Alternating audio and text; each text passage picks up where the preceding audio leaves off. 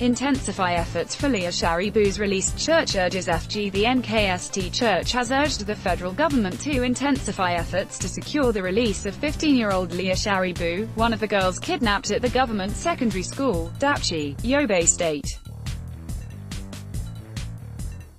The news agency of Nigeria recalls that more than 100 girls from the school were kidnapped by unknown gunmen suspected to be members of the Boko Haram religious sect in February 2018. The girls had since been released, with Leah Sharibu the only one still being held hostage.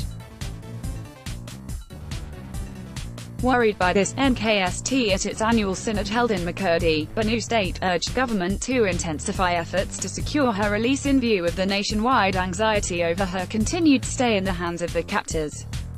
The church, in a communiqué made available to NAN, also advised governments at all levels to provide extra security in schools to forestall invasions by bandits. It also endorsed the anti-open grazing law enacted by Benue, Taraba and Ekiti states, and advised other states to do same so as to curb the persistent clashes between farmers and herdsmen. It criticized plans by the Nasarawa state government to establish cattle colonies, claiming that areas already earmarked for the activity were ancestral lands of the people.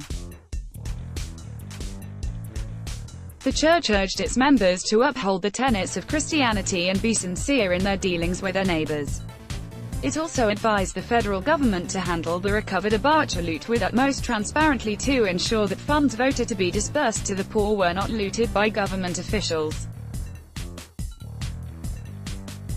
The communiqué, which was signed by NKST President, Rev. Dominic Anza, cautioned those in government against using public funds to finance political activities, saying that God's wrath would descend on anyone involved in that. It advised Christians to register so as to vote in 2019, and cautioned them against selling their permanent voters card, or selling their votes on election days.